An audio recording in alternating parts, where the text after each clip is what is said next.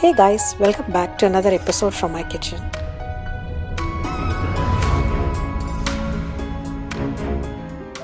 If you want to change from the regular stereotype roti, then you need to try this Gujarati Pad Wali Roti, which is nothing but layered roti, frequently prepared during the mango season to enjoy with Aamras, which is nothing but mango pulp. They are perfect, especially in big families or during get-togethers when there are a lot of people. They are faster to make and you get 2 rotis in one shot. Good idea, right?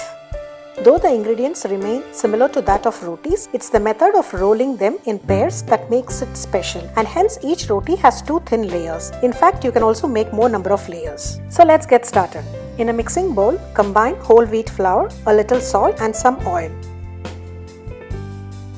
Mix well and knead to a soft dough with enough water, like your regular roti dough. Apply some oil over the dough to prevent it from drying out. Cover and set aside for 20 minutes. After 20 minutes, knead it again for 2 minutes. Divide the dough into small golf-sized balls like the size you make for puris. Now take 2 dough balls and place them on a rolling board.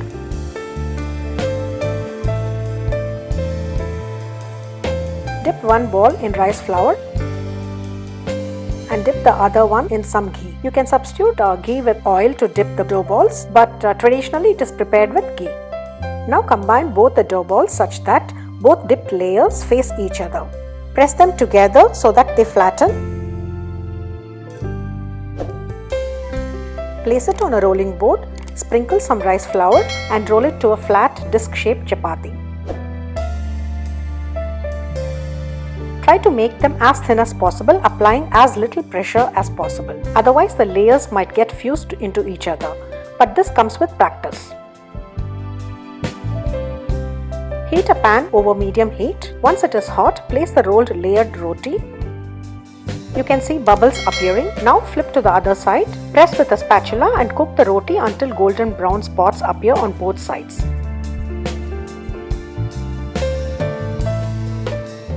These rotis are cooked only on a pan and not on open flame like fulkas. You will notice that when the roti is almost cooked, there is steam coming out from some pocket between the rotis. This is where you start peeling out and separating the layers from the roti. And then you get 2 layers. Apply ghee to the inner side of each layer of the roti and serve immediately or put them in a hot box and serve later. Repeat the process and make rotis with rest of the dough. Remove to a plate, tap it lightly and gently separate both the layers. These rotis remain fresh and soft for a longer period of time compared to normal rotis. That's because of the ghee being used in generous amounts. And that's the reason Padwali rotis are good for travel or for lunchbox options, as they stay soft for longer time.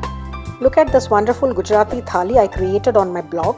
We'll try to make a complete video on this sometime later. But today I'm serving with just Aamras. But you can also enjoy with any side dish of your choice. Do try out these rotis and let me know how they turned out for you. If you like this recipe, do give it a thumbs up and share it with your family and friends. And if you're here for the first time, do consider subscribing and don't forget to turn on the notification bell for new updates. That was it for today, guys. I'll see you in the next video. Until then, it's me, Padma, signing off.